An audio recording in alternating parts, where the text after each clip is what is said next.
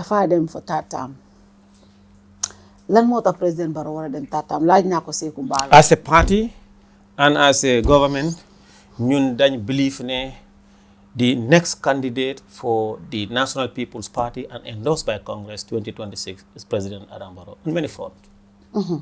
For continuity, for what the party stands for as our intention to stay in power in the next 100 years. We have our internal democracy, our internal processes and procedures. We have institutionalized the party, and we believe that the unity and cohesion and succession plan of the party must be organized, must not be as Nunkoda and Dohale in the Gambia. That is why we may not tell you people why, but that is why the entire National People's Party thought at this time for 2026 for a befitting victory and for us to run as a united force, we must get President Adam Barrow as a candidate in the ballot box. And he has been endorsed, but it's moved by the National President Alhaji Dembo by force, Jisuma, so all the entire party members endorsed. Sidi, problem bi mooy seen wax ji yëpp as NPP yéen NPP rek ngeen gisu leen réew mi. President Barrow waxu leen ma ne liggéey bi moo def war a lii ak lii waaye parti bi pour mu dem 100 years parti bi pour unity President Barrow si boppam mu ne na parti yóbbee faalale Seedy Njie yéen parti bi daal yéen gisu leen réew mi parti bi rek. You see, réew mi as of now when we talk about the National People's Party, ñu ngi wax the majority of the Gambian people. You know, you cannot have everybody. People like you, or people like those in the UDP or in other GDC. So, man, said opposition la. No, I'm talking about. Is that what you say? No, I'm not putting in any party. Okay. I say you. Thank you. Aside. Independent, yes. Independent or pro-independent leaning to UDP. Nga am GDC. The other parties that are not with us, Gambia Action Party. Nga am other parties. Sobea. No, Sobea is not a party. It's a party. Sobea APP is a party. No, Sobea is not a party. Sobea APP is a party. I have a list of the updated list of the IEC of registered political party. I have not seen Sobea there as a party. Okay. You know, so when we talked about the NPP, we're talking about the majority of the Gambian that voted for President Adam Barrow, because you cannot get everybody on board. And gis nañ ne in terms of peace, stability and cohesion of the country as a main yardstick for continuous progress, peace, stability, they voted in for president in 2021. And for the same reason that they will all be united under the National People's Party and re-elect President Adam Barrow, because we want a continuity of not only mammoth socio-economic development and well-being of the Gambian people, but also a smooth and unknown transition, especially in this jurisdiction. Kon NPP daal amul candidate mu mun a def loolu apart from Barrow. Amul leen any qualified candidate ku mun a yóbbu parti bi te parti bi du dem.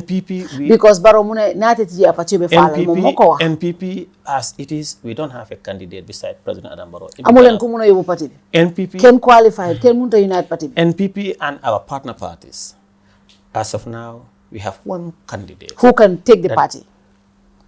Keneen ko leen a teg di ngeen daanu. Now, when you ask question, when you finish, allow me to respond. Legi xamal question bi mooy NPP ak seen the grandest coalition ever in this country ak seen alliance yëpp President Barrow li mu wax mooy naaye na parti nga na parti bu laa be faalale, meaning amuleen benn winning candidate because keneen ko leen fa teg dafa daanu te si daanoo parti bi dafa dee. Kon loolu danga ko digal ne yéen President Barrow rek moo mun a indi unity moo leen mun a yóbbu keneen ku ñëw rek parti bi dafa dee. Set the record straight first. Waxoon ne man suma bàyyi parti bi dafa daan mu ne gars yi dañ ñëw si man ñu ne bugguñ nga bàyyi parti bi dee dañ bugga parti bi continuer loolu la wax. Ako no wait. No, let me respond. I'm responding. You can't put word in my mouth. He said no, I don't have control of your question. You don't have control of my answers. Okay. Please. The people will judge. No, please. I will cut President Barrow's answer here and I'll put it here. Please. Dina ko fi dog. He said, kan mo correct. No, please. Wow. President lu wa defa clair. Wow. Gaay ñoo ñëw si moom. Mo ne ñu ne ko soo bàyyee parti bi mun naa dee te bugguñ parti bi dee te moom tamit buggut parti bi dee loolu la lu ma la wax mooy ne to respond to what you said. The grandest coalition as you put it, thank you for that. The National People's Party and our grand coalition, we have one candidate. That is President Barrow for the 2026 election. Foog ngeen ne 2026 di ngeen mun a gagné with this economic and security situation. Seedy Njie, according to Afrobarometer, 77% of Gambians believe this country is not going in the right direction. In the area of what? The country is not going in the right direction. No. The country is not going in the No, right they direction. said 77% of Gambians. In fact, before that, 80% of Gambians, they agree on human rights, and the other one was 75, other one 55, human rights, democracy, good governance, rule of law, 80 Gambians. The same Afrobarometer is there. But you choose, the media choose to say 77%, and they said 77% of Gambians said in terms of the economy. The economy. The skyrocketing of prices. They believe is increasing. The country is not going in the right direction when it comes to that. Or on that, on the economy. No, question, no, because it was false trending on the media to say it is not false. What they said, no. Of Gambians. See, this is your problem. Yen rune correct media. It's wrong. It is not the media. It was said that 77% of Gambians believe the country is not going through the right direction. On what? Because of the economic situation of this country. In this economic situation, considering the 77%, could go through the right direction economically. Yeah, it's now that you're bringing the when you see on the media, 77% say Gambia said the country is not in the right direction. And when you go through the finding, on rule of law, on human rights, on democracy, on good governance, 80% of Gambians said is correct. Human rights, when you ask a question, you say, you are not my opponent. I'm not. Opponent. I'm holding you accountable. No, yes. So when you are holding me accountable, I'm holding you accountable. See, when you ask a person, allow the person to. So I'm asking. Then you can put a follow-up question. Go ahead For clarity. See, but you don't put words into that person. You don't tell me my job. Okay, Go thank ahead. you very much. Go ahead. They choose not to say 80% of them say there is 100% good governance, there is a rule of law, there is accountability, there is human right. 77% said the economy and skyrocketing prices. When you go to Nyanija, you meet my father. Nga ko economy xamul ko nga expliquer ko ne xam nga price bi yokku na fale batanse time bo batanse fi lañ ko jiyee dalasi la woon waaye léegi batanse juróomi dërëm la woon waaye léegi xam nga maalo 2000 la woon is 2150 luñ la laaj na loolu mu ngi yokku nda yokkuwul xam nga suma part danga ko count dina la wax ne yokku na nga count ko as part of that 77%. Now when come to election ndax suma papa dina dem sànnil beneen parti leave NPP. So you see, because people don't even know what's that. And then even me, so man, as Afrobarometer, we believe that the prices are increasing. What do you have to say? I say it's true, the pricing are increasing because of the global, because we are not a global, we are not an island in the globe. Economy, we have a lot of factors. Yo, Jawara boom don ñew. Ñata atanka dang dan dem lifin. Way Jawara boom don bala boom don bay. Fekk ñata atanka amatul jaratul dara. Inflation, prices increase nañ Jawara bu mu doon ñëw su dee trans nga doon am saaku maalo o saaku sukuru Jawara by the time mu by 1994 it was close to $1,000. Yaya Jammeh bu mu doon ñëw in 1994 maybe saaku maalo was about 750. Yaya Jammeh bu mu doon buy in 2016 bu ñu ko doon defeat saaku maalo was almost $2,000. In the next 10 years saaku maalo dina nekk 5,000 unless comme laaw the policies on industrialization, on mechanization, on value-added chain, the President Barrow as in government, we're going to make so in the next few years, we'll produce enough rice in the country. And in fact, so whole Sakumala last month and this month, if I watch. They watch it. When you go to the market, watch it. Sakumalo in last month and this month, why? So you see, I'm telling you, that's 77%. That's 77% of Gambian. So Lulu is not a mark on the government and on the popularity of the government. You go to Nyanija, even man after Bremen, the Ganama price will increase. Wow. Okay, I understand where you're coming from. I understand. Why you do that also on infrastructure movement, on human rights, on good governance, on democracy, on rule of law, all surpass 51%. All these things. Are you concerned the economic situation in the Like any other country, did not affect send performance in election? Because how nga Seedy nit ñi leka ak dunda ak naan it's something loo xam ne doo ko dee mën a measure with other things. Infrastructure ñun ñëpp ñoo ko dee use yoon yi ak yoon noonu but when it comes to lan la nit ñi dee gën a prioritize mooy nekka lu ñoo lekka. Are you concerned ne the economic situation dafa gën a even though dama ko dee wax even though government mu ngi subsidize a lot maalo yu nga gis ni 4 billion bi ñu jox ni as tax waivers yëpp dañ ko jox pour maalo bi yomba pour diw yi ak yeneen yu yomba pour businessman yi ñu yombal ko waaye ba tey loolu mënta am.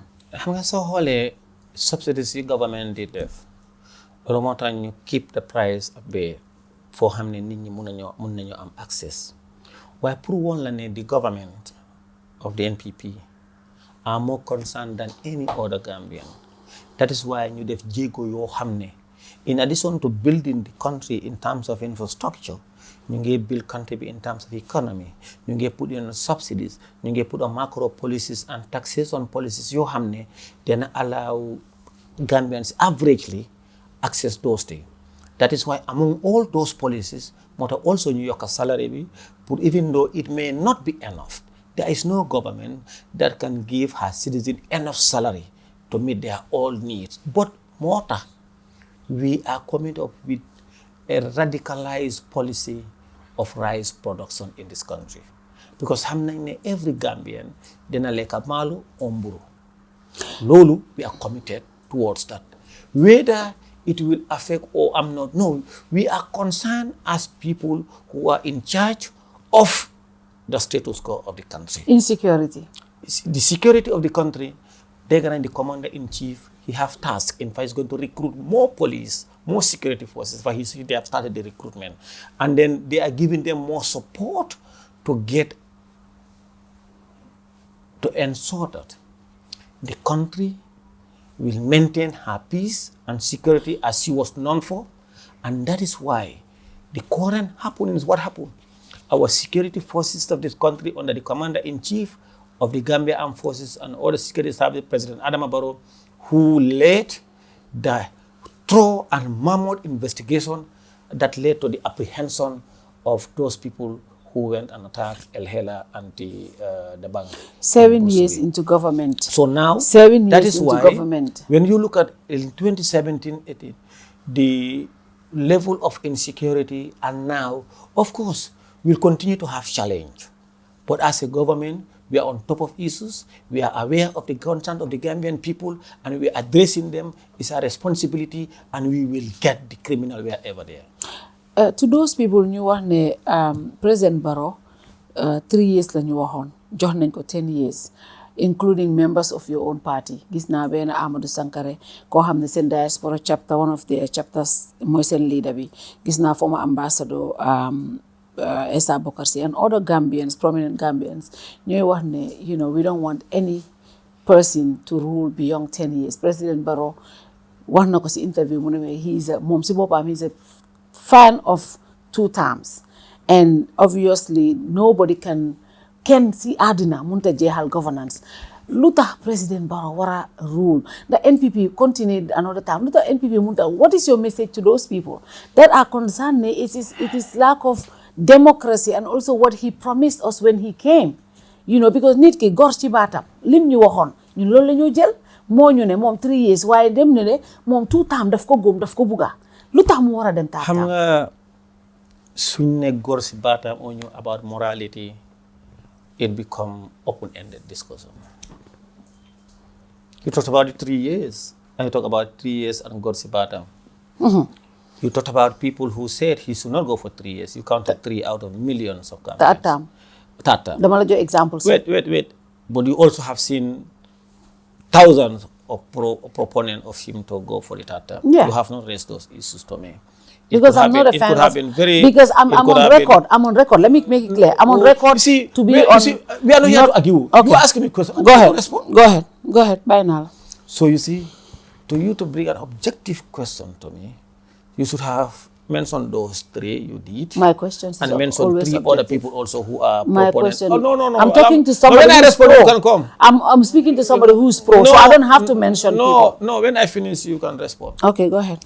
You said, when you talked about issue of morality or issues of Gorsi Batam, President Adama Barrow, when done them into coalition, first A&M was, what na ko waxaat ko 3 years, you hand over. Why 3 years be?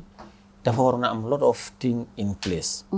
Go into parliament as independent, have everybody independent, and then come into. We all know when the United Democratic Party, their leader, he stated that the 1990s constitution have no term limit. And the 1997 constitution, when Gambians elect a president for a 5-year. He said the law, he said you cannot talk about morality against the constitutional provision. When the constitutional provision says a Gambian president is elected for 5 years. Mr. Dabo and the UDP, nyoko. Now you are telling me those proponents, those UDP, the same UDP people, and now, when they said at the time, you cannot talk about Gorsi Batam or morality against the constitution. It's the same people now saying, now disregard the constitution, which states no term limit, but Gorchabat act morality. Now, let me finish. Let me finish. A member of your own party. No, allow me to finish. Allow me to finish. So just be on record. Allow me to finish. Man tudo mala ben UDP. No, allow me to finish. Man tudo mala ben UDP. Ana denga ragal sapati. Siri, that is on a serious note. Don't do that. Now let me tell you. Yeah. Ngane a member of my party. Wallahi hawmako.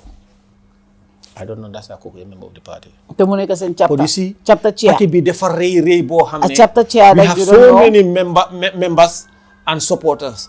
I may not know them because I only know maybe probably some other people. I'm acquainted to them. You know, executive way, but they are not in the executive. I may not know them. Okay. But if he was a member, or he's still a member, I want to tell him pour more under act li nga xamne moy decision party bi and our partner parties mu ñew support party bi mo xamne this is his home, let him go to anywhere. Why pour mo Gambian ci rek ne demba ñu doon wax ne morality Gorsi Batam ñu ne non nañ top loi bi té ñu ne non let's disregard the constitution ñu ne morality légui ma ngi leena laaj kon fan la morality ak Gorsi Batam nek. For us, we are 100% in respect of the dictate of the 1997 Constitution and other laws of the Gambia, and the laws have empowered the president to contest, and his party and partner parties have selected him as a party candidate for the 2026 presidential election. Next, we have 10 minutes to go, 5 minutes to go. Sidi wax naa la nag suma interview bi ay 5 minutes yu nga wax ne lii yëpp duma ko dog si interview pour moo xam rek because saa yu nekk yaa ngi and I'm going to leave it here my editors Moustapha bu leen dog lii na Gambia li ma wax now last time bi ma fi ñëwee we talked about election malpractice si nga ma accused dama wax ne waaw UDP nga and thank God you withdrew back but you keep repeating it today. I just want to say that it's me and you. I apologize. Thank you. So when I said to you last time, I said, being in winning election, win bu mag bob 50-something percent. Ñaata nga am 50 ñaata ngeen amoon sax. 2. Mu nekkoon election win bu mag. ñu dem si win lu ëpp loolu inshallah 2026. In the next, okay.